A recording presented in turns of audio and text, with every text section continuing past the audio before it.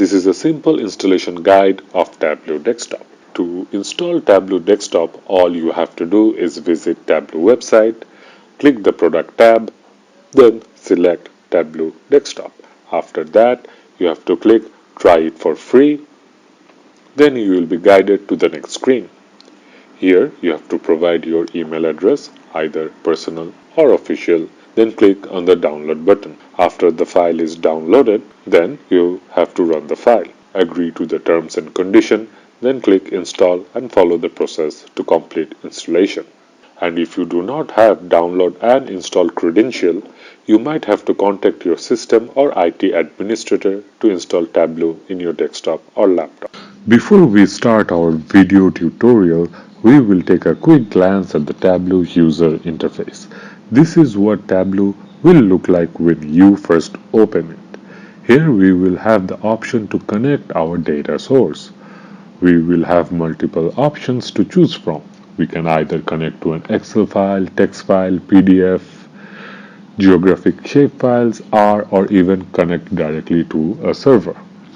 After we connect to a data source, for example, here we have connected to an Excel file which will be shown later in the video tutorial, we can see the data source file here. The data source pane will show all the worksheets in the Excel file that have the data. Then we can drag the worksheet in the import pane, which will give us a preview of our data below.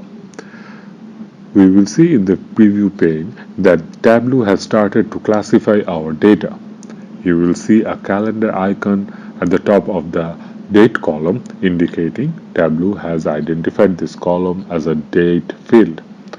Other columns will have hash or ABC, which is classified as either a dimension or measure, which we will be discussing shortly. This is the screen where most of the work will take place. At the top, there is Tableau toolbar. Right below that, there is Data pane. Data pane mostly contains dimensions and measures with few other options. Dimensions are independent variables or categorical fields, for example, dates or regions. Dimensions are usually fields that we want to break down into different levels. They are discrete fields and they are color-coded blue. Measures, on the other hand, are dependent variable or matrix. These are the numbers that we want to analyze. Measures are usually continuous figures such as revenue and they are always color-coded green. Then there is the filter card. This is where we will place our dimensions that we want to filter our data by. Right below that, we have our mark card. This is where we give depth to our data by assigning colors, labels, and shapes. We can also assign tooltip option to show data when we hover over our visualization. Then there is the column and row shells. This is where we will drag and drop our dimensions and measures to produce visualization. And lastly, this is the canvas. This is where all the visualization will take place as we feed in our data. One of the most important aspects of using Tableau is the data source, and more often, data will be stored in different locations or in various sources. Therefore, we must combine the different data source, and this action is referred to as join. Join can be performed in existing data source, example, another worksheet within the same Excel workbook, or it can be from a completely new data source, such as another new Excel worksheet, and even from a different type of data source, like a text file or a geographic shapefile. The most common type of join is inner join, where the values that are common in both the data source is integrated.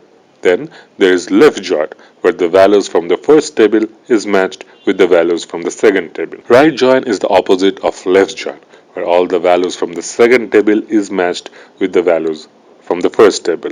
And lastly, there is full outer join, where values from both the data tables or data source are matched. Now let's look at a few examples of join. Say we have two data sources, one table with age and another with salary. And just by looking at the table you can see that the name of the person in the third row is different. So let us assume we will perform join in these two tables. For inner join, only the common name in both the data source will be combined. You can see that the person C and D is not available in inner join. For left join, all the values from the first table is considered, and we bring in the matching name and salary from the second table. You can see there is a null figure for the name of the person C, as the salary for that person is not available in the second data source. Right join is the complete opposite of left join, where we consider the values from the second data source and the matching age is considered. Here you can see that the age of the person D is not available in the first data source, therefore it will be shown as null. And the full outer join is where we consider all the values from both the tables, and the figures which are not available is shown as null.